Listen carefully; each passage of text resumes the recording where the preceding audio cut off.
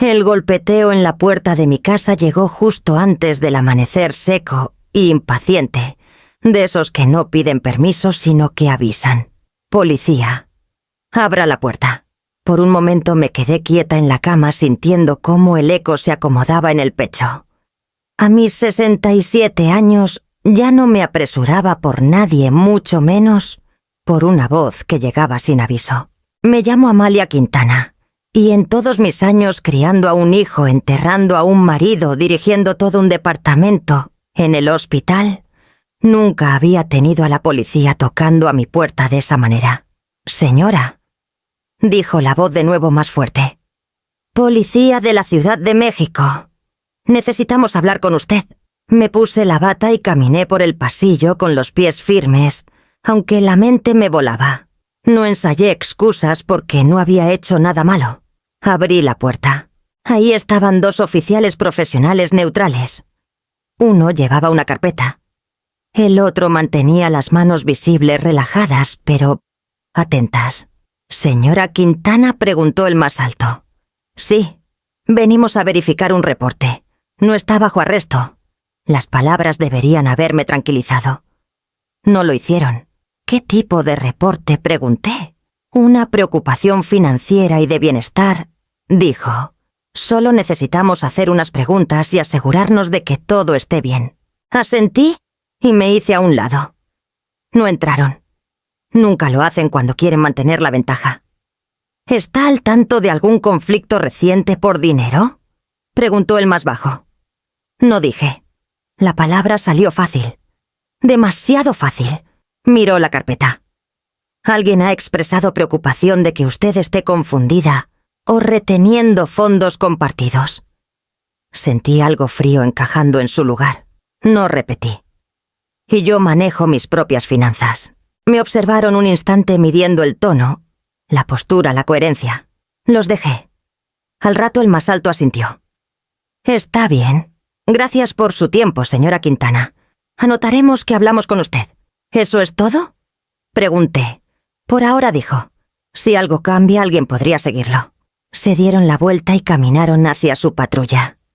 Sin disculpas, sin explicaciones, solo un retiro silencioso que dejó mi porche sintiéndose más pequeño de lo que era un minuto antes. Cerré la puerta y le puse el seguro con las manos de pronto temblorosas. Me quedé ahí respirando, escuchando cómo el silencio volvía a llenar el espacio. Luego alcancé mi teléfono. No revisé los mensajes primero. Abrí la app del banco. La pantalla cargó. Parpadeé una vez, luego otra. El saldo decía 0. No bajo. No pendiente. 0. Deslicé hacia abajo. Ahí estaba. Una sola transferencia aleatorizada durante la noche por 1.200.000 pesos. Todo mi ahorro. El dinero que había apartado para mi futuro. Para cuidados médicos. Para dignidad. El nombre de la autorización estaba ahí, claro e innegable. Emiliano Quintana. Mi hijo. Me dejé caer en la silla junto a la mesa de la cocina con el teléfono aún brillando en la mano. No lloré. No grité su nombre en la habitación vacía. Solo miré la transferencia hasta que los números dejaron de sentirse abstractos y empezaron a sentirse intencionales. El toque. El reporte. El momento. Entendí entonces que la policía no había venido por algo que yo hubiera hecho. Habían venido porque alguien más había hablado primero. Y mientras me quedaba ahí, en el silencio de mi propia casa sosteniendo la prueba de lo que me habían quitado, mientras dormía, me di cuenta de que lo que había empezado la noche anterior no había terminado. La noche antes de que viniera la policía, mi hijo se sentó a la mesa de mi cocina y me pidió dinero como si estuviera pidiendo un vaso de agua. «Mamá», dijo Emiliano juntando las manos, «necesitamos ayuda». No respondí de inmediato. Estaba enjuagando mi taza dejando que el agua corriera más de lo necesario. Cuando me di la vuelta, Renata ya estaba detrás de él, con los brazos cruzados, la boca apretada en una preocupación ensayada. «Es urgente», dijo ella antes de que yo pudiera hablar. No estaríamos aquí si no lo fuera. ¿Qué tan urgente?, pregunté. Emiliano la miró luego a mí. 1.200.000 pesos. Dejé la taza con cuidado. ¿Para qué? Renata soltó un suspiro fuerte. Es por el negocio. Un problema de timing. Solo necesitamos cubrirlo hasta que las cosas se acomoden.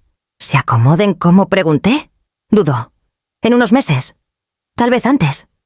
Miré a Emiliano. ¿Es verdad? Asintió una vez. Sí. Esperé. Ninguno de los dos agregó nada. No lo voy a pagar, dije. La cara de Renata cambió primero. No irá. Cálculo. Ni siquiera has oído los detalles, dijo. He oído suficiente, respondí.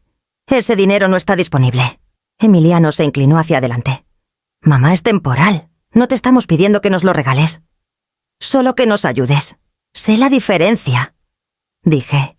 ¿Y la respuesta sigue siendo? No. Renata rió una vez cortante y sin humor. Estás jubilada. ¿Para qué estás ahorrando exactamente? Emiliano hizo una mueca, pero no la detuvo. Estoy ahorrando para mí, dije. Para cuidados médicos, para estabilidad, para el resto de mi vida. Estás sana, dijo ella. Siempre lo has estado. Hasta que no lo esté, dije. Y cuando eso pase no tendré tiempo para ganarlo de nuevo. Emiliano habló al fin. Mamá, esto podría ponerse muy feo si no lo arreglamos. Entonces arréglenlo ustedes, dije. No me pidan que borre mi futuro para que eviten el mal rato. La voz de Renata se endureció. Así que estás eligiendo el dinero sobre la familia. La miré de frente. Estoy eligiendo la responsabilidad sobre el desorden. Emiliano se movió en la silla. Lo estás haciendo sonar dramático. Lo estoy haciendo sonar honesto, dije. Ese dinero no es de sobra. Está planeado. Renata se acercó a la mesa. Estamos casados. Estamos construyendo algo. Las familias se ayudan. Las familias no se acorralan, dije. Y no llaman ayuda, lo que es presión. Emiliano se frotó la frente. Mamá, por favor. Suavicé la voz, no la posición. Te quiero, pero no lo haré. Siguió un silencio. Pesado, expectante. Renata se enderezó. Bien, dijo. Si esa es tu decisión. Se dirigió a la puerta sin otra palabra. Emiliano se quedó sentado. Podrías haberlo dicho más suave, murmuró. Fui clara, respondí. Eso es más amable que una falsa esperanza. Se levantó despacio. Solo desearía que pensaras en cómo nos afecta esto. Lo he hecho, dije. Por eso dije no. Asintió, pero sus ojos estaban distantes. Hablamos después. Los vi irse. Sin portazos, sin voces altas. Solo una salida calmada que se sentía incompleta. Esa noche cerré la puerta con llave, apagué las luces y me fui a la cama creyendo que el límite que puse había sido oído. No sabía que el silencio para mi hijo sonaba como oportunidad. No llamé a Emiliano después de que se fueran. Esa elección se sentía intencional en ese momento. Controlada. Me dije que los límites solo funcionan si dejas de justificarlos. Había dicho no. Había explicado por qué. Cualquier cosa más habría sido negociación, y yo ya no negociaba el valor de mi propia vida. Así que lavé los platos, limpié la encimera y seguí mi rutina de siempre. Cerré la puerta. Revisé el termostato. Puse el teléfono boca abajo en la mesita de noche y apagué la lámpara. El silencio para mí significaba cierre. No sabía que para mi hijo el silencio significaba oportunidad. Mientras yo dormía, Emiliano no estaba lidiando con el malestar. No estaba luchando con la conciencia. Estaba haciendo lo que siempre hacía cuando se sentía acorralado, reformulando la historia hasta que él era el razonable. Después supe cómo lo contó. «Mamá está terca», dijo. «No entiende lo serio que es esto». Cuando Renata lo presionó, suavizó las palabras. «Está mayor. Se pone ansiosa con el dinero. Siempre ha sido así». Para la medianoche la preocupación reemplazó el conflicto. La responsabilidad reemplazó la culpa. «Solo estoy tratando de protegerla», dijo. Esas palabras importaban. Cambiaban todo. La protección le daba permiso. La preocupación le daba cobertura. No dijo que estaba tomando mi dinero. Dijo que lo estaba moviendo a un lugar más seguro. No dijo que me negué a ayudar. Dijo que estaba confundida con la urgencia. No dijo que tracé un límite. Dijo que no captaba del todo la situación. Para cuando abrió su laptop, la historia se había acomodado en algo lo suficientemente ordenado para actuar. Yo no estaba ahí para interrumpirlo. Yo estaba dormida en mi cama, confiando en el silencio. Emiliano sabía que aún tenía acceso a mis cuentas. Se lo había dado años antes, después de que murió su padre. Por si acaso había dicho entonces: por si te pasa algo. Recordaba haber firmado los papeles. Recordaba sentir alivio de que alguien más joven, alguien en quien confiaba, pudiera ayudar si lo necesitaba. Nunca imaginé que la ayuda podía ir en una sola dirección. Le dijo a Renata que él se encargaría. Solo por ahora, dijo. Lo arreglamos después. Después era una palabra flexible en mi familia. Se había estirado por años. Antes de autorizar la transferencia, hizo algo más callado. Presentó un reporte, no una queja, una preocupación. Usó lenguaje cuidadoso. Siempre lo hacía cuando quería sonar razonable. Les dijo que tenía dinero apartado, pero me negaba a liberarlo por una obligación compartida. Mencionó mi edad. Mencionó estrés. Mencionó preocupación por mi juicio. Se presentó como un hijo tratando de prevenir un problema mayor. Para cuando la transferencia se procesó, la narrativa ya estaba en su lugar. No oí mi teléfono vibrar. No oí la alerta de confirmación. No desperté cuando el saldo cayó a cero. Dormí durante el momento en que mi futuro cambió de manos. Cuando amaneció me desperté como siempre. Despacio, con calma, con la confianza tranquila de alguien que creía que la peor parte de la conversación ya había pasado. Pensé que la tensión había quedado atrás. Pensé que el silencio había aguantado. No sabía que mientras yo descansaba, mi hijo había llenado ese silencio con su propia versión de los hechos y había actuado sin mí. Supe la respuesta después, minuto a minuto, cuando reconstruí la noche en que mi hijo decidió que mi futuro era prescindible. A las 11:47, Emiliano inició sesión en la cuenta, la misma que había abierto décadas antes cuando los estados de cuenta llegaban por correo y la confianza aún se sentía sencilla. A las 11:49 seleccionó el saldo de ahorros. A las 11:51 confirmó la transferencia. 1.200.000 pesos. Desaparecidos antes de la medianoche. No oí mi teléfono vibrar. No desperté cuando llegó el correo de confirmación. Dormí durante el momento en que mi vida se estrechó. El acceso que usó había sido Michidea. Años atrás, después de que murió mi marido Emiliano, se sentó frente a mí con una seriedad que se sentía como cuidado. «Mamá, solo agrégame», dijo. «Por emergencias. Si te pasa algo». Había dudado. Él sonrió. «Confías en mí, ¿verdad? Firmé los formularios porque el duelo te hace buscar cercanía y porque creí que un hijo pidiendo ayudar era diferente de un hijo pidiendo tomar. Esa noche no dudó. No hubo llamada. No hubo mensaje pidiéndome reconsiderar. No hubo aviso de que estaba a punto de hacer algo irreversible. No tocó a mi puerta como lo haría la policía horas después. No me dio la cortesía de una conversación. Simplemente movió el dinero. Cuando por fin lo llamé, mi voz estaba lo suficientemente firme como para sorprenderme. «Transferiste mis ahorros», dije. Una pausa. Luego un suspiro como si yo fuera la irrazonable.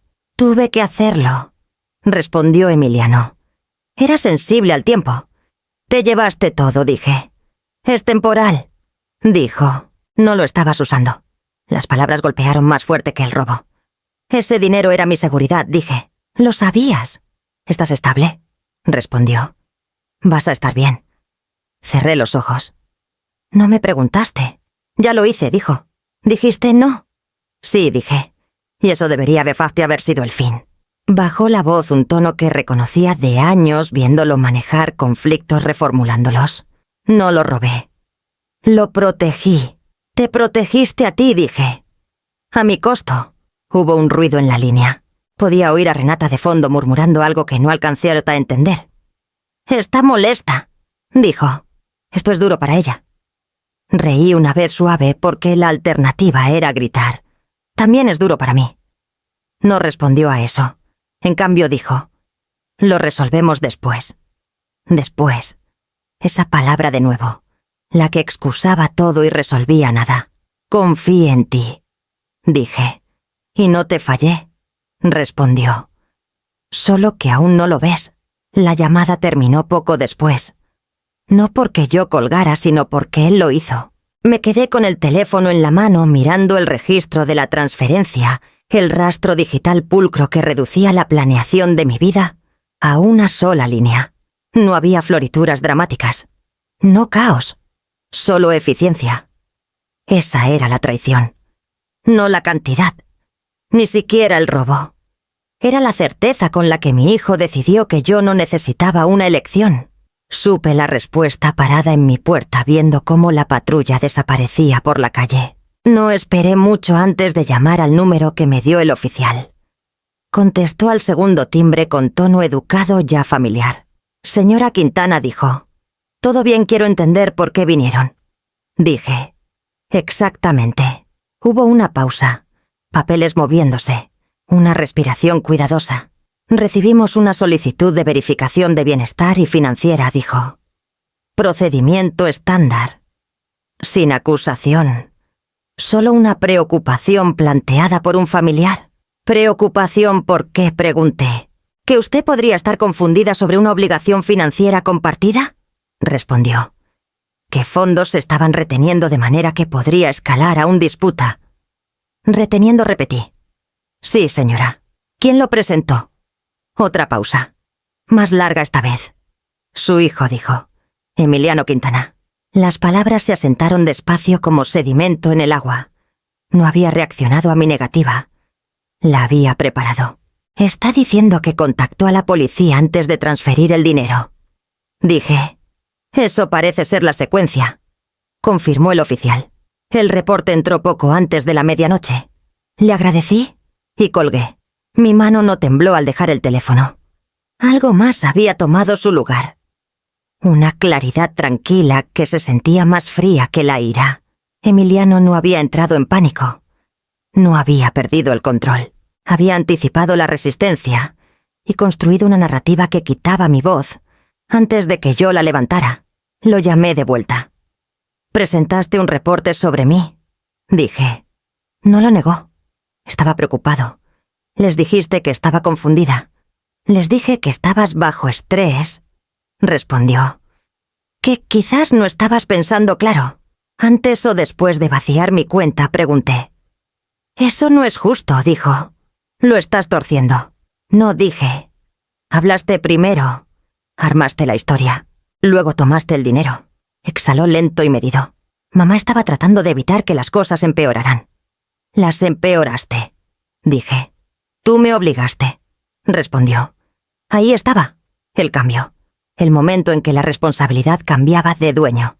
Dije, no le recordé. Y eso no era razonable, dijo. Dadas las circunstancias. No me diste las circunstancias, dije. Me diste un número y urgencia. Eso es todo lo que necesitabas, dijo. No dije. Es todo lo que querías dar. La voz de Renata flotó de fondo, baja pero cortante. No alcancé las palabras, pero oí el tono. Impaciente, presionando. «Está molesta», dijo Emiliano. «Esto es estresante. Deberías estarlo», respondí. «Es la que está en problemas». Se tensó. «No sabes eso. Sé suficiente», dije. «Suficiente para saber que lo planeaste». «Eso no es verdad», dijo rápido. «No planeé nada. Presentaste un reporte antes de tomar el dinero». Dije. «Eso es planear». Silencio. Luego irritación defensiva. Estaba protegiendo a todos, dijo. Incluyéndote. «¿Protegiste tu versión de los hechos?», dije. «No a mí». Cambió de táctica. La policía no te arrestó, ¿verdad? No dije. Entonces no hay daño, respondió. Todo se calmará. No dije. No lo hará, rió suave. Estás exagerando. Estoy prestando atención. Dije. Hay una diferencia. Colgué antes de que pudiera redirigirlo de nuevo. Necesitaba el silencio. No el que le había dado la noche anterior, sino el que deja que la verdad salga a flote. No había actuado por desesperación. Había actuado por control. Habló primero para moldear la narrativa. Movió el dinero para crear palanca. Involucró a la policía para presionarme antes de que tuviera tiempo de responder. Eso significaba que la transferencia no era el principio. Era el medio.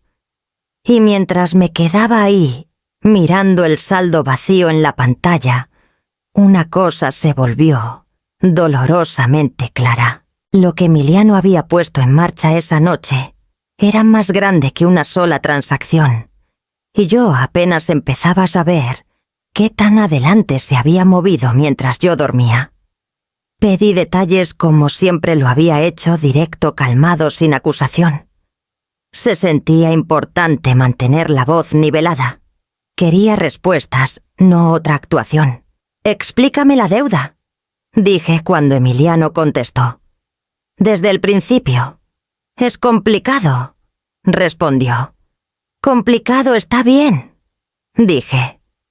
«Vago no». Dudó, luego se acomodó en un tono cuidadoso. «Está ligado al trabajo de Renata. Problemas de timing, flujo de caja». «¿Qué trabajo?», pregunté.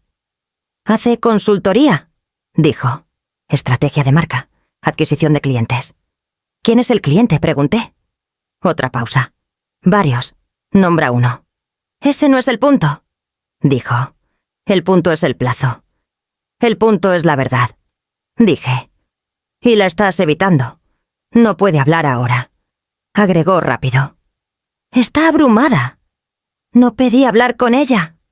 «Ahora», dije. «Te pedí que me digas para qué estoy pagando». «No estás pagando nada», dijo. «Es temporal». «Ya lo tomaste», dije. «Eso lo hace más que temporal». Exhaló. «Te estás enfocando en lo equivocado. Me estoy enfocando en lo único que has hecho visible», dije. «Un número y una demanda. Es una exposición legal», dijo. «Si no se cubre, podría escalar». «¿Escalar cómo?», pregunté. «A multas», dijo. «Disputas». «¿Con quién?», pregunté. No respondió. Intenté con Renata después. No contestó. Le mandé un mensaje. Claro. Breve. «Necesito entender la deuda que me pidieron cubrir. Por favor, explica». Pasaron minutos. Luego una respuesta. «No me siento cómoda discutiendo esto ahora». Miré las palabras. Cómoda era una elección interesante. Llamé de nuevo. Declinó. Luego mandó otro mensaje. Emiliano lo explicó.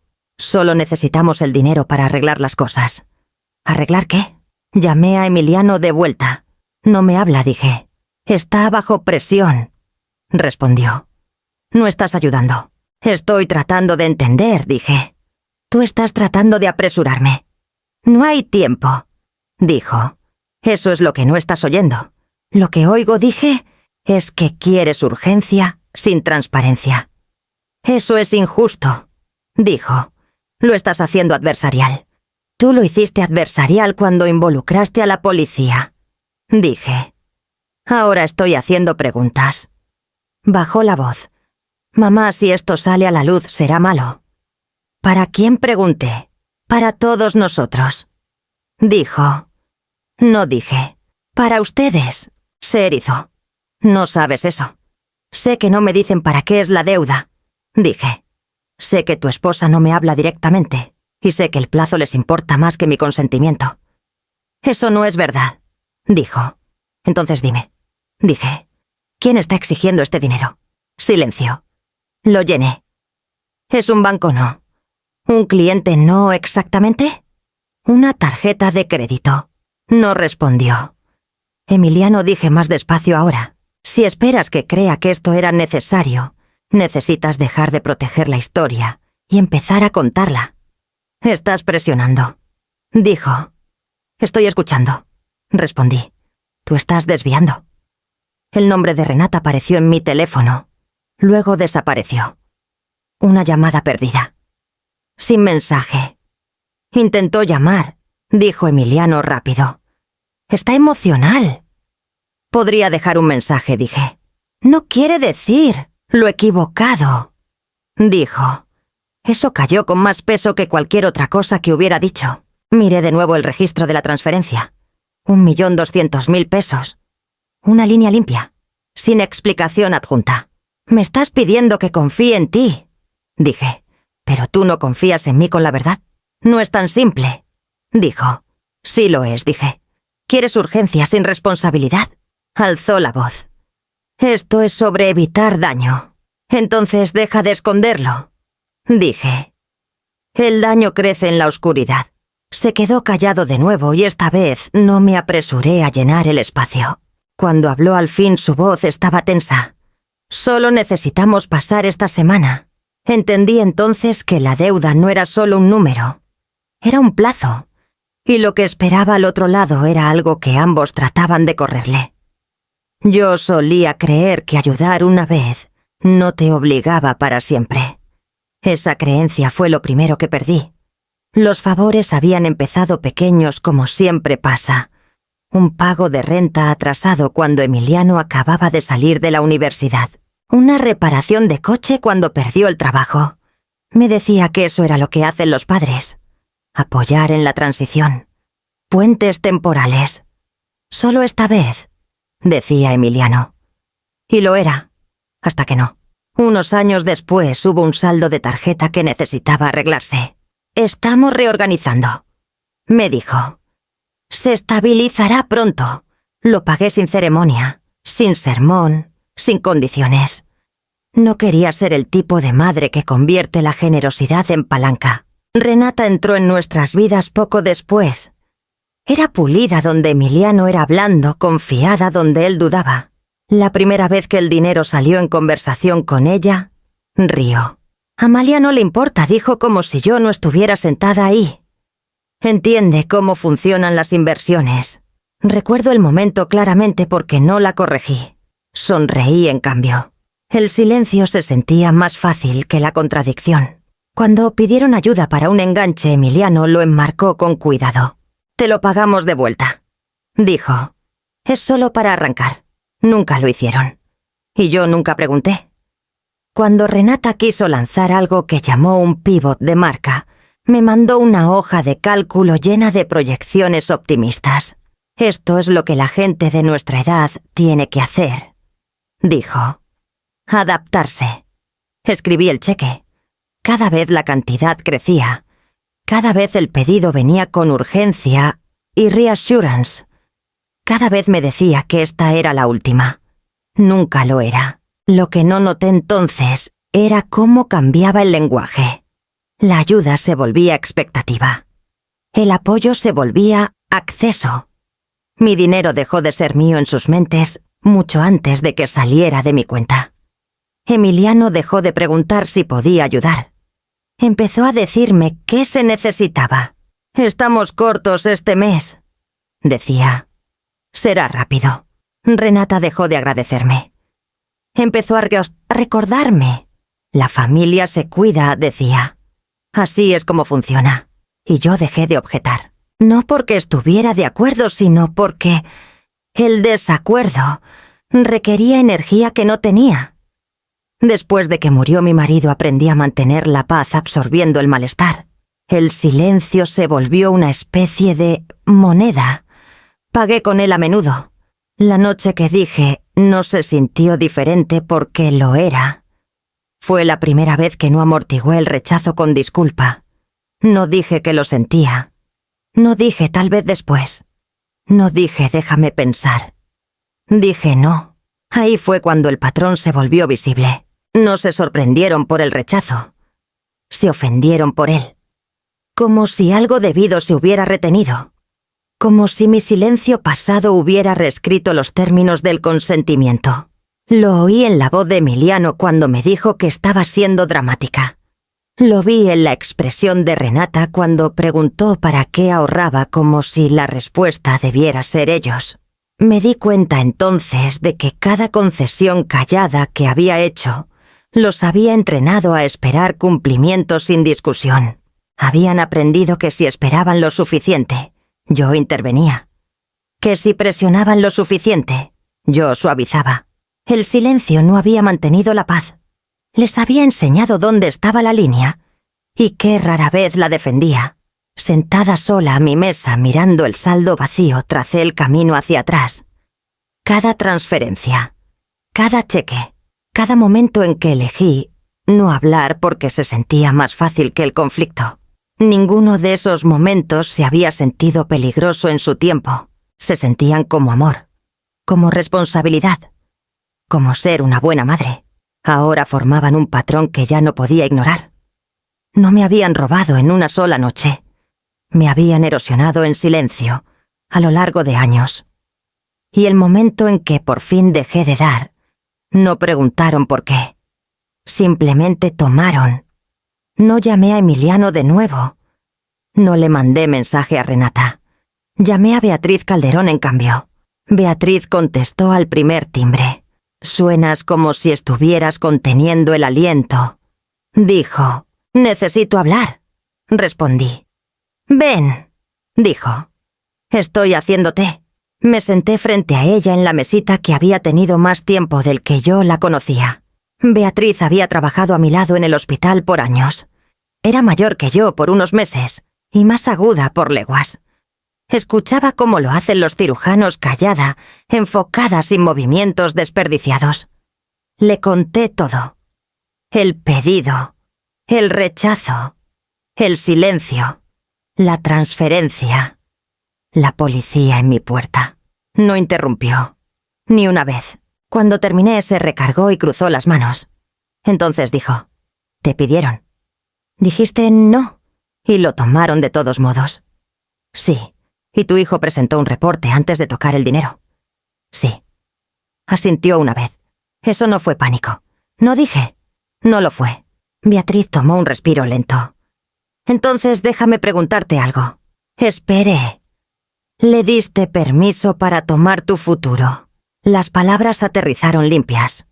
Sin culpa, sin suavidad, solo precisión. No dije. Nunca presionó. Le di acceso, dije.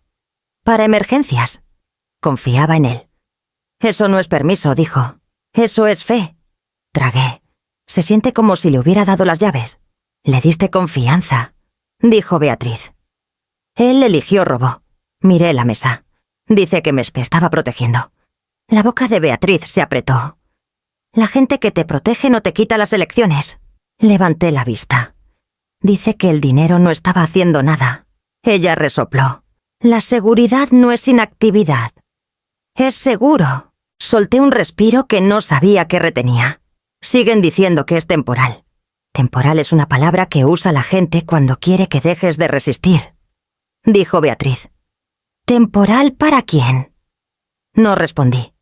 Se inclinó hacia adelante. Amalia, escúchame. Esto no es sobre una deuda. La miré a los ojos. Entonces, ¿sobre qué es? ¿Es sobre control? Dijo. Es sobre quién decide cómo se permite que sea tu vida. Sentí la verdad asentándose profundo. Pensé que si me mantenía calmada pasaría. La calma funciona cuando ambos lados respetan límites, dijo Beatriz. Estás lidiando con gente que ve los límites como obstáculos. Asentí despacio. Me tocó la muñeca a través de la mesa. No causaste esto diciendo, no. Lo sé, dije aunque una parte de mí aún discutía. Lo causaste sobreviviendo lo suficiente para tener algo que valiera la pena tomar. Continuó, y por fin rehusándote a Sata entregarlo. Cerré los ojos. Ya no reconozco a mi hijo. Lo reconoces, dijo Beatriz suavemente. Solo lo estás viendo sin la versión de ti que lo hacía más fácil. Abrí los ojos. ¿Qué hago ahora, Beatriz? No dudó. Dejas de explicarte a gente que ya decidió que estás equivocada. Eso es todo, pregunté. Es el principio, dijo. Después proteges lo que queda. No con disculpas, con estructura. Pensé en el registro de la transferencia.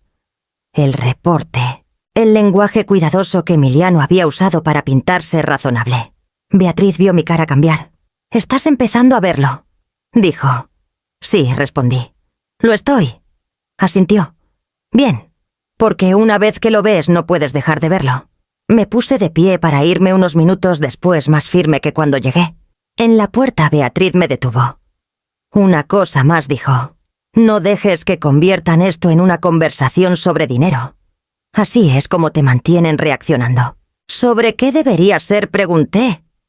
«Autoridad», dijo. «¿Y quién la tiene sobre tu vida?». Salí al pasillo con sus palabras resonando atrás, entendiendo por primera vez que el número que seguían repitiendo era solo la superficie. La deuda real era algo completamente diferente. No supe la verdad de Emiliano. La supe de alguien que no tenía razón para protegerlo. La llamada llegó en la tarde de una mujer que se presentó con cuidado. «Me llamo Lena Portillo», dijo. «Llamo respecto a un saldo asociado con Renata Quintana». No la interrumpí. «Ha habido una serie de cargos disputados», continuó Lena.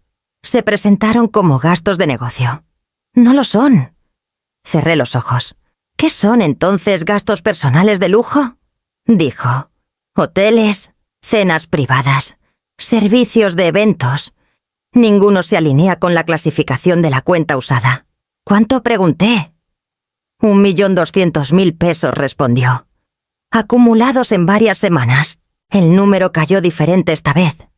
No como demanda. Como evidencia. «Estos se presentaron como pérdidas relacionadas con clientes», dijo Lena. «Ahora creemos que fueron mal representados». «¿Por quién?», pregunté. «Por su nuera», dijo. «Con autorización de su hijo». Abrí los ojos. «¿Y si el saldo no se paga?». «Hay pasos de cumplimiento», dijo. «Escalada. Revisión legal». Le agradecí y colgué. Me quedé muy quieta dejando que la ira se afilara en lugar de derramarse. Llamé a Emiliano inmediatamente. «Mentiste», dije. No fingió no saber a qué me refería. «No es tan simple. No eran pérdidas de negocio», dije. «Eran gastos de lujo». Exhaló por la nariz. «Hablaste con alguien que no debías. Hablé con alguien que dijo la verdad», dije. «Lo enmarcaste como emergencia porque era el gasto de tu esposa. Estaba construyendo visibilidad», dijo. «Así funciona su industria. Hoteles y cenas privadas no son visibilidad», dije. «Son elecciones. No entiendes su mundo», espetó. «Entiendo la deuda», dije, «y entiendo mentir sobre ella». Estaba bajo presión, dijo. Pensó que se convertiría. ¿En qué?, pregunté. «Oportunidad», dijo débilmente. Oí a Renata entonces lo suficientemente alto para captar sus palabras. «Dile que deje de hurgar». Hablé sobre él. «Hay exposición legal». «Sí», dijo rápido. «Por eso había que manejarlo rápido». «Así que tomaste mi dinero para cubrirlo», dije. «Y llamaste a la policía para mantenerme callada». «Eso no es lo que pasó», dijo. «Tomaste fondos apartados para mi cuidado», dije, «para borrar evidencia del gasto de tu esposa». «No era borrar», dijo. «Era arreglar. Era ocultamiento», dije, «y lo sabes». Estuvo callado lo suficiente para que la verdad saliera a flote entre nosotros. Mamá dijo al fin, «Si esto sale, la destruirá». No dije, «La revelará». Y a mí agregó, «Me arrastrará también». Ahí estaba, la emergencia real. «No me estabas protegiendo», dije. «Se estaban protegiendo. Estamos casados», dijo. «Lo que le pasa a ella me pasa a mí. ¿Y lo que me pasa a mí?», pregunté. No respondió. Sentí algo asentándose en su lugar entonces. No duelo. No shock. Claridad. Esto nunca fue sobre ayudar a la familia. Fue sobre desplazar consecuencias. Sobre moverlas de sus vidas a la mía. «Me pediste pagar por sus elecciones», dije. Cuando me negué lo tomaste. «Lo estás haciendo sonar criminal», dijo. «Es criminal», respondí. «Solo esperabas que no lo llamara así». La voz de Renata cortó cortante y furiosa. «Estás exagerando. La gente hace esto todo el tiempo. La gente que se deja atrapar lo hace», dije. La línea se cortó. Miré el teléfono, luego el registro de la transferencia. Luego la columna pulcra de cargos que Elena había descrito. Cada uno una decisión. Cada uno disfrazado.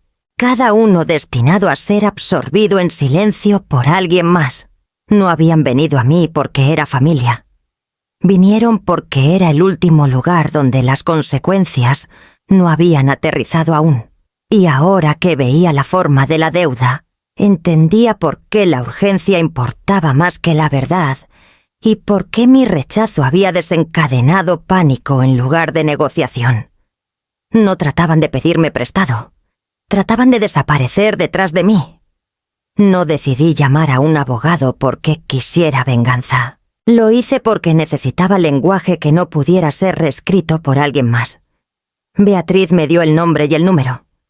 «Es minucioso», dijo. «Y no se asusta fácil». Daniel Reyes contestó el teléfono él mismo. «No estoy segura por dónde empezar», le dije. «Empieza con lo que pasó», dijo. «No con cómo te sientes. Hechos primero». Así que le di hechos. El pedido, el rechazo, la transferencia, la visita de la policía, el reporte presentado antes de que el dinero se moviera. Escuchó sin interrumpir. Cuando terminé hubo una pausa, no incertidumbre, sino cálculo.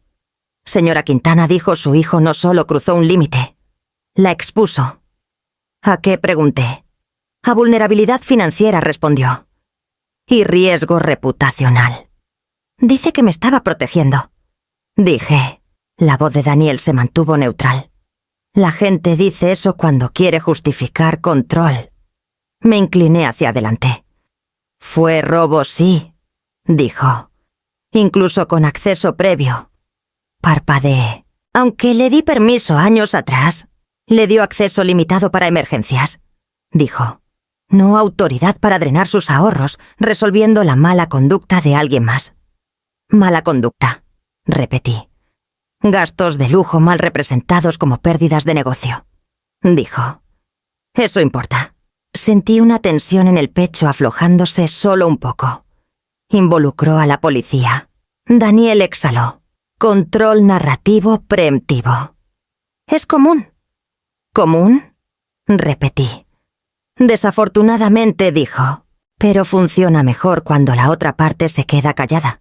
Pensé en la noche que me fui a la cama creyendo que el límite aguantaría. ¿Qué puedo hacer?, pregunté.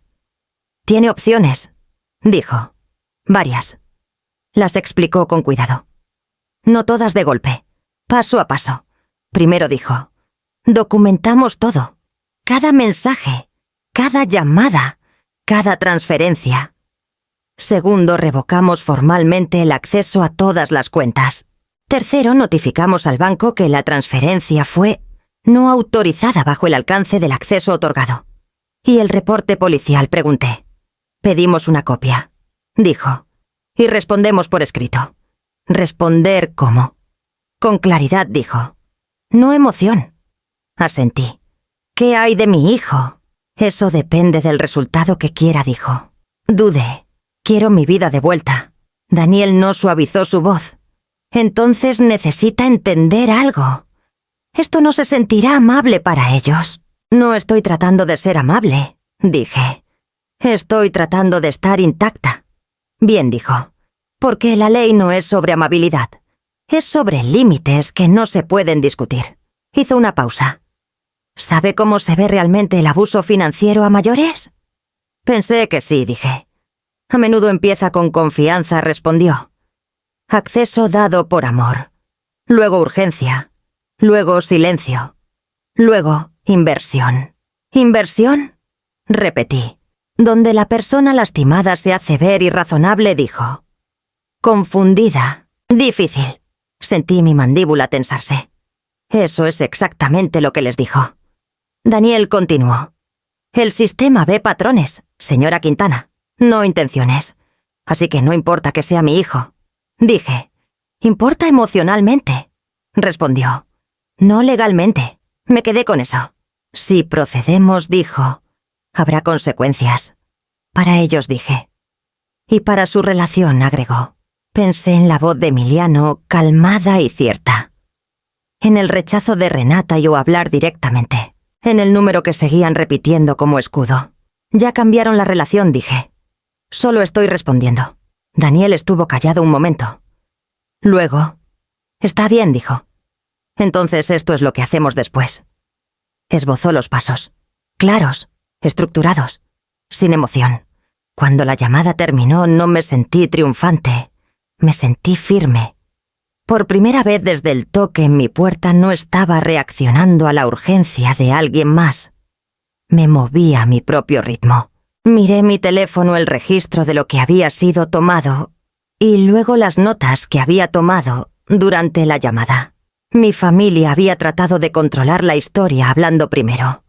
Ahora el sistema estaba escuchando. Lo primero que Daniel me dijo fue que dejara de hablar y empezara a guardar. Cada texto dijo. Cada registro de llamada. Cada récord bancario. Nada es demasiado pequeño. Así que abrí una carpeta en mi computadora y la nombré simple. No la adorné.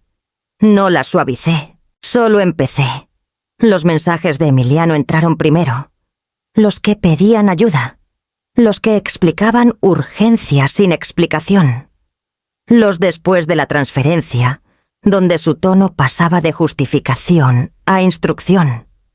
Lo resolvemos después. Solo confirma la transferencia para que el banco no la marque. Estás haciendo esto más difícil de lo necesario. Cada línea se veía diferente cuando estaba sola en una pantalla blanca. Los mensajes de Renata eran menos pero más cortantes. Esto no tenía que volverse un asunto. Estás lastimando a nuestra familia. Por favor, no involucres a nadie más. Los guardé todos. No respondí. Los logs del banco siguieron. Tiempos. Puntos de acceso. Historia de autorizaciones. El rastro digital limpio en que Emiliano había confiado para hacer la transferencia verse ordinaria. Ya no se veía ordinaria. Cuando llamé al departamento de fraude del banco, no expliqué las dinámicas familiares. No mencioné sentimientos. Estoy reportando una transferencia no autorizada, dije. El acceso usado excedió el alcance del permiso otorgado. La representante hizo unas preguntas, su voz neutral procedimental. ¿La transferencia fue aprobada verbal o por escrito?, preguntó. No. ¿El propósito estaba relacionado con su cuidado o beneficio? No. Hubo una pausa. Gracias por aclarar. Ese fue el momento en que sentí el suelo moverse. La siguiente llamada vino del mismo oficial que había visitado mi casa. Su tono era diferente ahora, menos cauteloso, más directo. Señora Quintana, dijo, hemos revisado información adicional. Sí, dije. El reporte inicial planteaba preocupaciones sobre su toma de decisiones. Continuó. Basado en lo que vemos, esa preocupación parece infundada. Aprecio la actualización, dije. Lo anotaremos en el expediente, agregó, y redirigiremos nuestra atención en consecuencia. ¿Redirigir? Repetí. Sí, dijo. Hacia la transferencia misma. Colgué y me quedé muy quieta.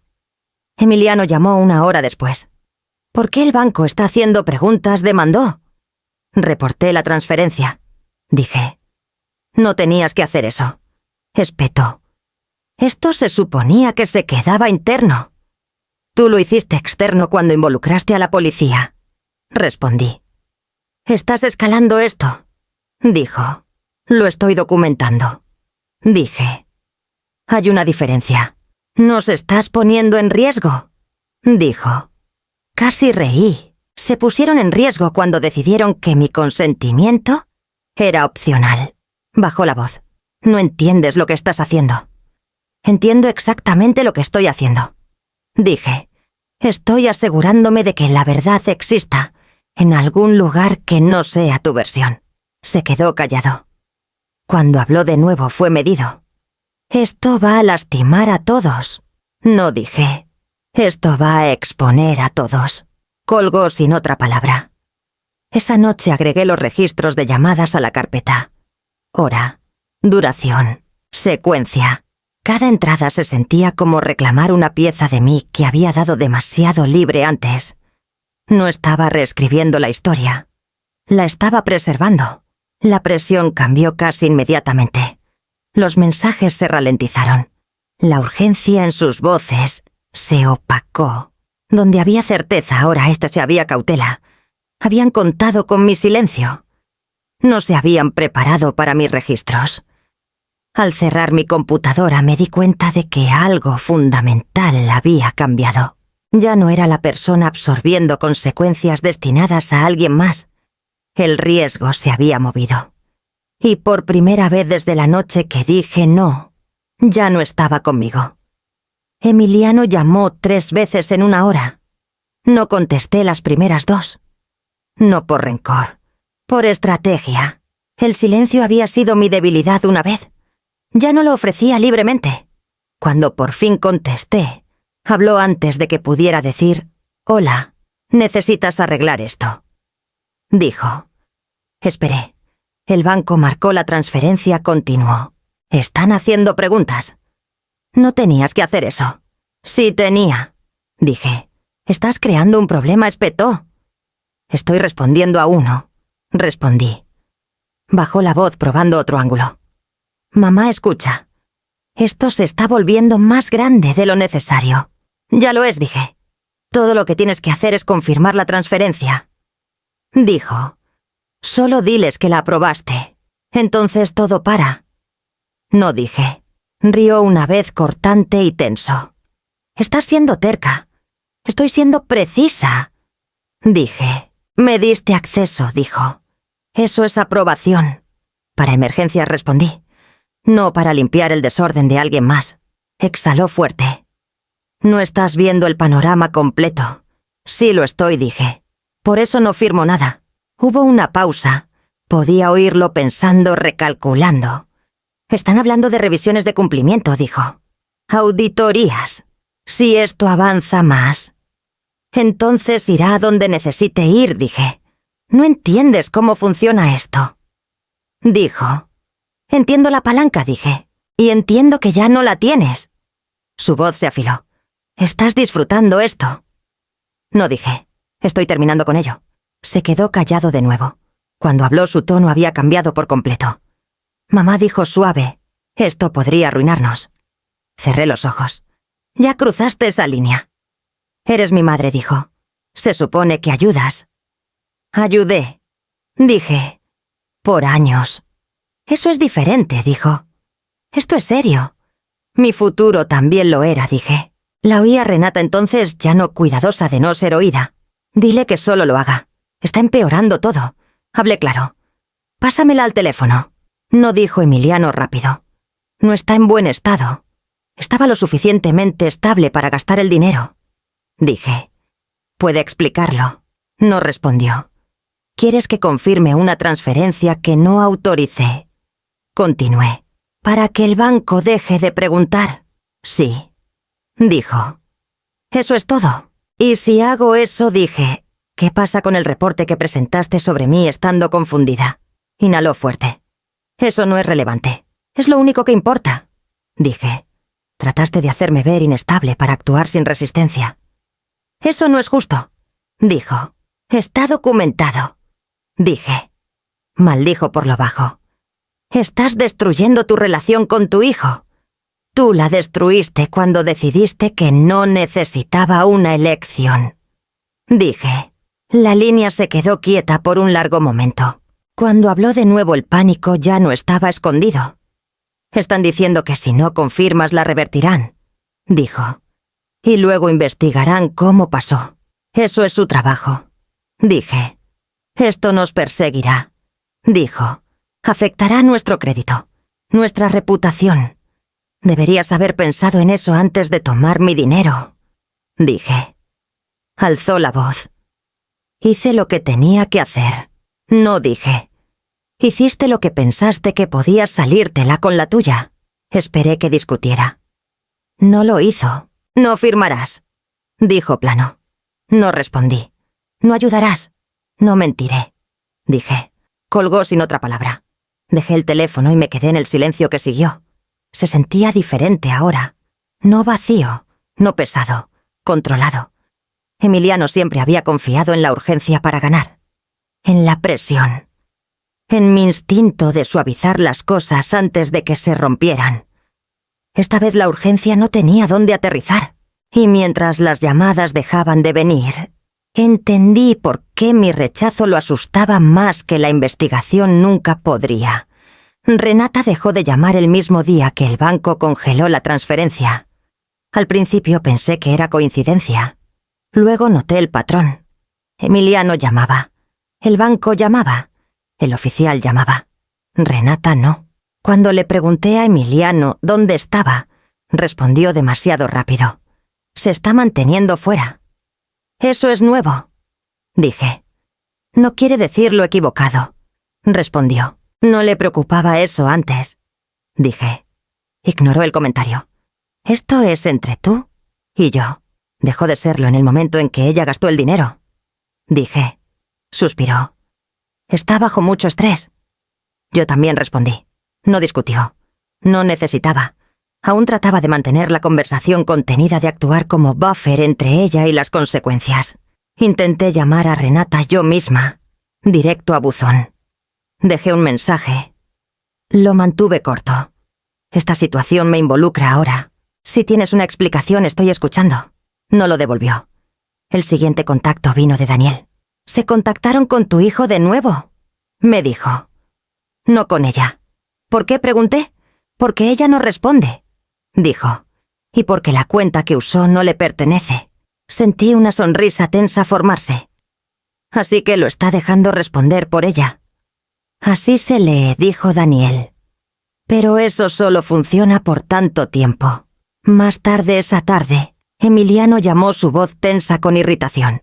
¿Quieren hablar directamente con Renata?, dijo. Esto es innecesario. Es inevitable, respondí. No se siente cómoda, dijo. Debería acostumbrarse, dije. No están preguntando por sentimientos. Bajó la voz. No entiendes qué tan expuesta está ahora. Entiendo exactamente qué tan expuesta está, dije. Por eso estás hablando tú en lugar de ella. Espetó. Estás disfrutando ver esto pasar, no dije. Estoy viendo la verdad alcanzando. Se quedó callado. Luego están diciendo que sus explicaciones no coinciden con los registros. Porque no coinciden, respondí. Dice que los gastos eran promocionales. Insistió. Entonces puede decírselo a ellos, dije. No quiere, admitió. Esa fue la más cercana a la honestidad en días. A la mañana siguiente recibí un correo reenviado de Daniel. No era de Renata. Era de un oficial de cumplimiento pidiendo aclaración, encargos categorizados como gastos de negocio, pero ligados a servicios personales. Daniel llamó unos minutos después. Le pidieron documentación, dijo. No ha proporcionado ninguna. ¿Ha intentado explicarlo?, pregunté. Mandó una declaración, dijo. Contradice la línea de tiempo que dio tu hijo. Cerré los ojos. Así que la historia se está desmoronando. Sí, dijo. Porque nunca fue hecha para aguantar. Emiliano llamó de nuevo esa tarde. Sonaba exhausto. No aceptan su explicación, dijo. Quieren recibos. Y no los tiene, dije. Dice que los vendedores no emiten facturas formales, respondió. Eso no es una respuesta, dije. Dudó. Preguntaron por qué no habló directamente cuando el asunto surgió primero. ¿Y qué dijiste?, pregunté. Dije que estaba abrumada, respondió. Y antes de eso presioné, exhaló.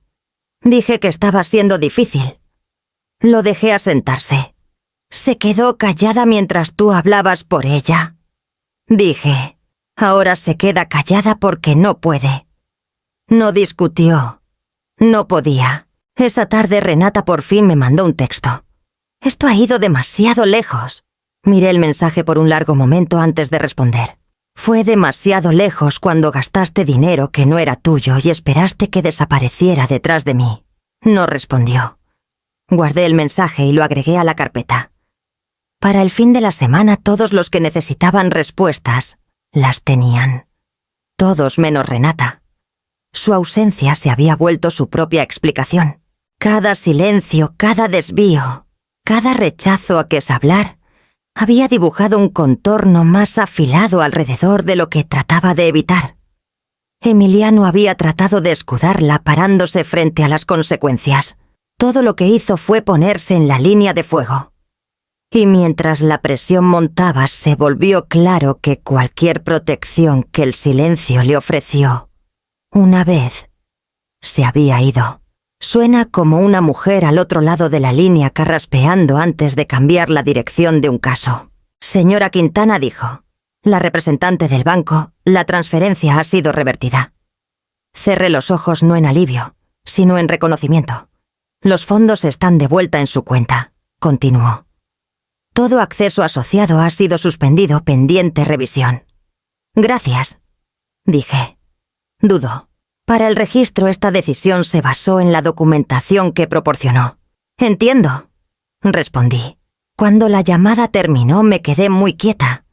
No llevo oleada de triunfo. No surgimiento de vindicación. Solo una certeza tranquila de que algo irreversible había ocurrido. Daniel llamó después. Las cuentas están congeladas, dijo. No solo las suyas. Cualquier punto de acceso ligado. ¿Y la policía? Pregunté. ¿Cerraron su indagatoria sobre usted? Dijo. La preocupación de bienestar se marcó como infundada. Exhalé despacio. No la contactarán de nuevo, agregó. A menos que lo solicite.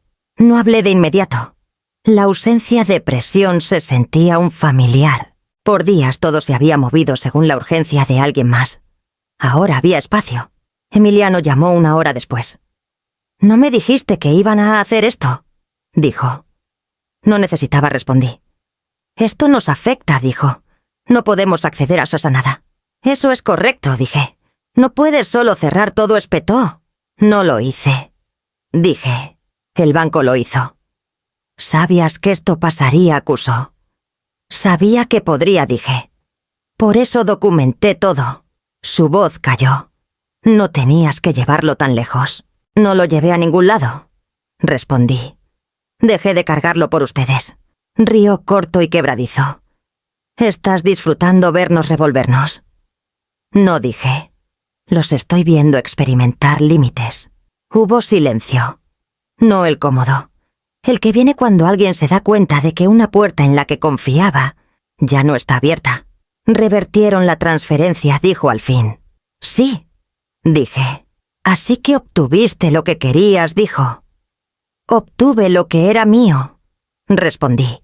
«Ese dinero ya se estaba usando», argumentó. «Nos estás poniendo en una posición peor ahora». «Se pusieron ahí solos», dije. Me negué. Escalaron. Cambió de táctica. «La policía ya no te llama, ¿verdad?» No, dije. «Eso es porque esto se maneja internamente», dijo. En silencio. «Correcto», respondí. «Eso es bueno», dijo. «Aún podemos arreglarlo». «No hay nada que arreglar», dije. Inhaló fuerte. «Me estás cortando». «Nos estoy separando», dije. «Hay una diferencia. Estás castigándome», dijo. «Me estoy protegiendo», respondí. Renata no llamó. No mandó texto. Su ausencia se había vuelto predecible. Cuando el ruido dejó de funcionar, desapareció. Más tarde ese día el oficial que había venido más a mi puerta llamó una vez más. «Señora Quintana», dijo. «Solo quería confirmar que el asunto que la involucra se ha resuelto». «Sí», dije. «No habrá acción adicional», agregó. «Gracias por su cooperación». Después de colgar me quedé en mi cocina escuchando el silencio asentarse. Sin golpeteos. Sin demandas urgentes. Sin voces tratando de redirigir mi atención.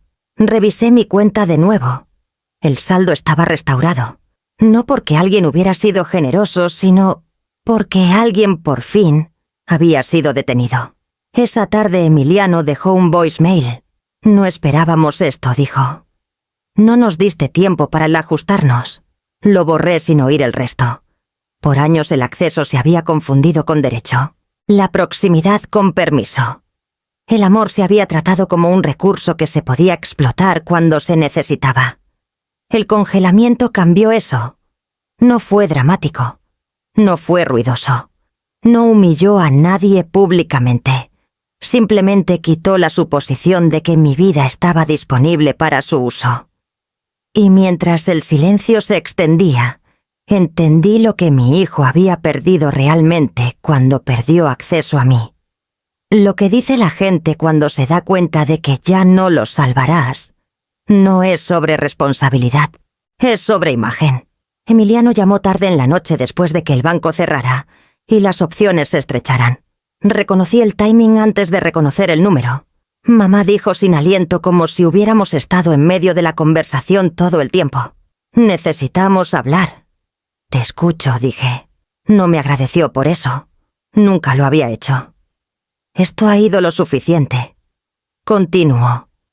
Todos están nerviosos. Nos miran. Preguntan. Así no manejan las cosas las familias. Las familias no vacían cuentas de noche, dije. No presentan reportes para controlar la historia. Suspiró largo y practicado. Estás atascada en detalles. Estoy anclada en hechos, respondí. Cambió de dirección. Piensa en cómo se ve esto. La gente habla. Asumen lo peor. La gente ya lo hizo, dije. Porque hablaste primero. Eso fue para protegerte, dijo.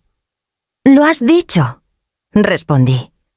No se ha vuelto verdad. Bajó la voz íntimo ahora. Mamá, por favor, te pido que mantengas la paz. ¿Paz para quién?, pregunté. Para la familia, dijo rápido. Para nosotros. No hay nosotros en una mentira, dije. Se volvió más afilado. Estás dispuesta aquí a destrozar todo por dinero. Esto no es sobre dinero, respondí. Es sobre consentimiento. Rió una vez incrédulo. Siempre haces esto. Conviertes las cosas en principios. Porque los principios son lo que queda cuando la confianza se va, dije. Hubo movimiento en su lado. Una puerta cerrándose. Una voz amortiguada que reconocí incluso sin oír las palabras. Está justo ahí, dijo Renata lo suficientemente alto para que yo captara. Dile que esto es ridículo. Emiliano tapó el teléfono. Luego, está cayéndose a pedazos, dijo. Esto la está destruyendo. ¿No consideraste su bienestar cuando gastó el dinero? Dije. Lo consideraste cuando llegaron las consecuencias. Eso es injusto. Espetó. Entonces deja de pedirme que las absorba. Dije. Hizo una pausa recalibrando de nuevo. Si solo dijeras que lo aprobaste, intentó más suave. Ahora todo desaparece. No mentiré, dije. No es una mentira. Insistió. Es interpretación. Es falso, dije. Y pone mi nombre en sus acciones. Exhaló. Estás siendo rígida. Estoy siendo consistente, respondí. Alzó la voz. Eres mi madre. Y tú eres mi hijo, dije. Por eso importa. Se quedó callado. Cuando habló de nuevo, el filo se había ido. Lo que quedaba era miedo. Están hablando de revisiones formales, dijo. De patrones. De intención. ¿Creaste un patrón? Dije. Lo documenté. Tragó audiblemente. Si esto avanza más, no solo nos afectará a Kosoksachi a nosotros. Ya lo ha hecho, dije. Podrías detenerlo, dijo. Una palabra, una confirmación. Cerré los ojos no para estabilizarme, sino para marcar el momento. Ya di mi respuesta, dije. La di la noche que pidieron el dinero. Eso fue antes de que todo explotara, argumentó. ¿Explotó porque se negaron a aceptar? No, dije. La voz de Renata cortó de nuevo más cerca ahora. Lo está haciendo a propósito. Hablé claro. Puedo oírte. Silencio. Bien, continué. Entonces, oye esto. No soy su escudo. No soy su solución. Y no seré culpada por sus decisiones. Emiliano habló rápido. Si nos quisieras... Los quiero, dije. Por eso no habilitaré esto. Río de nuevo quebradizo. Así que eliges dignidad sobre paz. Elijo verdad sobre silencio. Respondí. Tomó un respiro estabilizándose. Te vas a arrepentir de esto. No, dije. Me arrepentí de los años que me quedé callada. No había nada más que decir para él. Podía oírlo en el espacio vacío en la línea. «Esto termina aquí», dijo al fin. «No esperes que las cosas vuelvan a la normalidad». «Ya no lo harán», respondí. Colgó sin despedirse. Dejé el teléfono y me quedé donde estaba, no esperando que la llamada regresara. La elección ya estaba hecha y no era dramática. Era limpia. La paz siempre me había sido ofrecida al costo de mí misma. Esta vez guardé lo que importaba y dejé que el ruido cayera donde pertenecía. Recuperar tu vida no siempre requiere voces altas. A veces solo requiere decisiones hechas sin testigos. Me reuní con Daniel a la mañana siguiente. No en su oficina, no a través de un escritorio pulido, sino en una llamada tranquila que se sentía deliberadamente ordinaria. «Vamos a reestructurar todo», dijo. «No como reacción, como reset. Dime cómo se ve». «Eso», respondí. Primero dijo: «Todo acceso de terceros se revoca. Cada cuenta, cada autorización, sin excepciones». «Hazlo», dije. «Entiendes que esto incluye a tu hijo». Agregó: «Entiendo exactamente a quién incluye». Respondí. No hizo pausa esta vez. «Segundo, actualizamos tu poder financiero. Alguien neutral, alguien que responda a ti». «Beatriz», dije sin dudar. «Eso funciona», respondió. «Es independiente, clara de mente». Tercero, continuó. «Separamos toda planeación futura de involucramiento familiar. Directivas médicas, documentos de herencia, beneficiarios». Tomé un respiro. «Quiero todo explícito». «Lo será», dijo. «Nada asumido, nada implícito». Esa palabra implícito me había costado más que dinero. Firmé documentos en los siguientes días. No apresuradamente, no emocionalmente. Leí cada página, hice preguntas, tomé notas. Rechacé cualquier cosa que confiara en confianza, en lugar de estructura. Cuando Daniel mandó las confirmaciones finales por correo, se las reenvié a Beatriz. Hecho escribió de vuelta: «Ya te ves más ligera». No era más ligera, era más firme. Emiliano notó los cambios inmediatamente. Llamó después de recibir la notificación del banco. «Me quitaste de todo», dijo. «Sí», respondí. «No me dijiste», dijo. «No necesitaba», respondí. «No puedes solo cortarme», espetó. «No te corté», dije. Me retiré.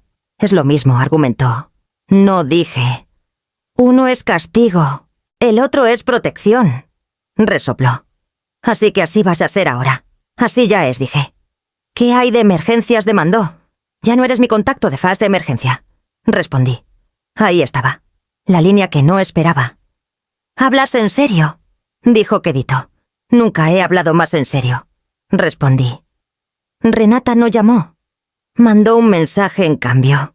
Esto es extremo». No respondí.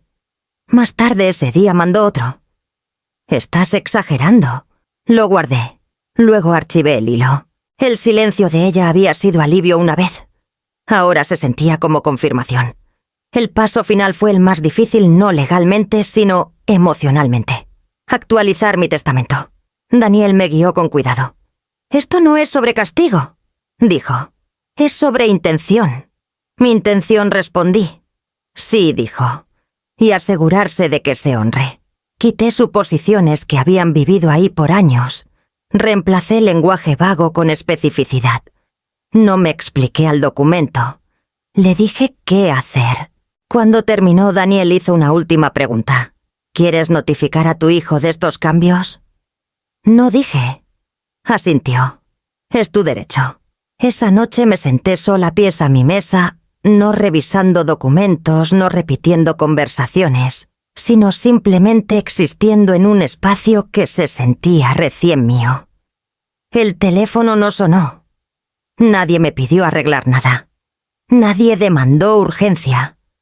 Me di cuenta entonces de cuánto de mi vida había sido moldeada alrededor de respuesta, alrededor de anticipar necesidades que no eran mías, alrededor de suavizar bordes para que otros pudieran quedarse cómodos.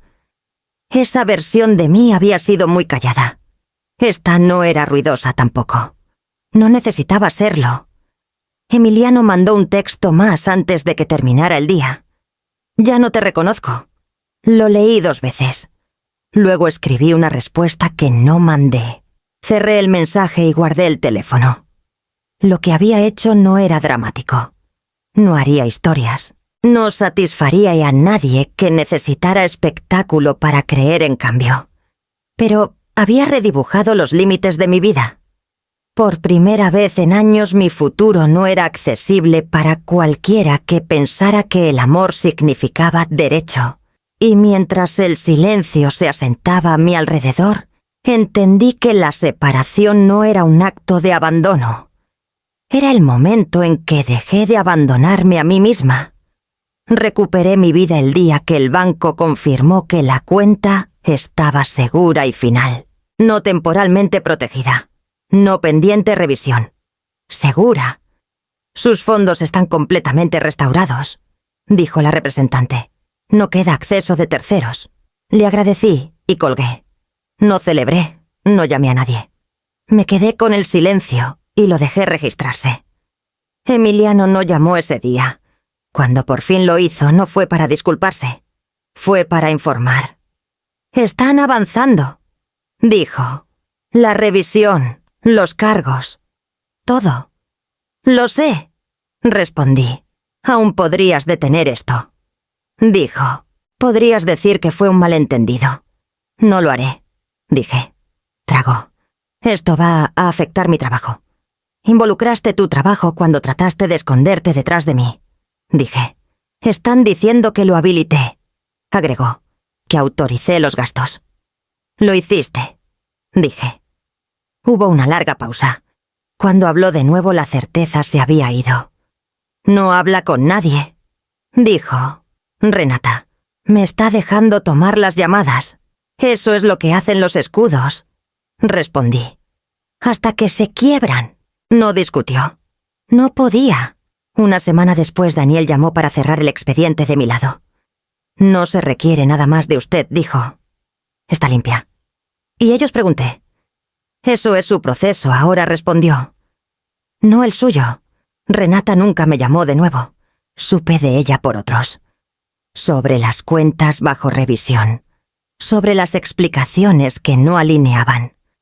Sobre qué tan rápido desaparece la protección cuando ya no es útil. Emiliano mandó un mensaje final. Espero que estés feliz. Lo leí una vez. Luego archivé el hilo. La felicidad nunca a Fianna Fáiz había sido el objetivo. La integridad sí. Moví el dinero a una estructura que respondía solo a mí. Actualicé cada documento que importaba. Elegí beneficiarios que no confundían acceso con derecho. Construí muros donde puertas habían estado abiertas por hábito. Beatriz pasó una tarde y miró alrededor de mi cocina, a la misma mesa donde tantas concesiones se habían hecho. Te guardaste a ti misma, dijo. Sí, respondí. Eso es más de lo que la mayoría logra, dijo. Pensé en la mujer que había sido cuando esto empezó. Cuidadosa, callada, dispuesta así a absorber malestar para que otros no lo sintieran. Pensé en qué tan fácilmente eso se había confundido con disponibilidad. Esa versión de mí se había ido. No porque me endureciera. Porque me aclaré. Emiliano enfrentaría lo que había puesto en marcha. Renata enfrentaría lo que ya no podía evitar. No amortiguaría ninguno de los resultados. No destruí mi familia. Dejé de financiar la ilusión de que mi silencio era un recurso. Si esta historia te resonó, si alguna vez te han presionado a cargar consecuencias que no eran tuyas, tómate un momento para apoyar el canal. Dale like al video, suscríbete y comparte tu experiencia en los comentarios. Tu voz importa más de lo que crees. Cerré mi laptop y apagué mi teléfono. Lo que guardé no fue solo dinero. Fue mi nombre, mi futuro y el derecho a decir no sin pagar por ello nunca más.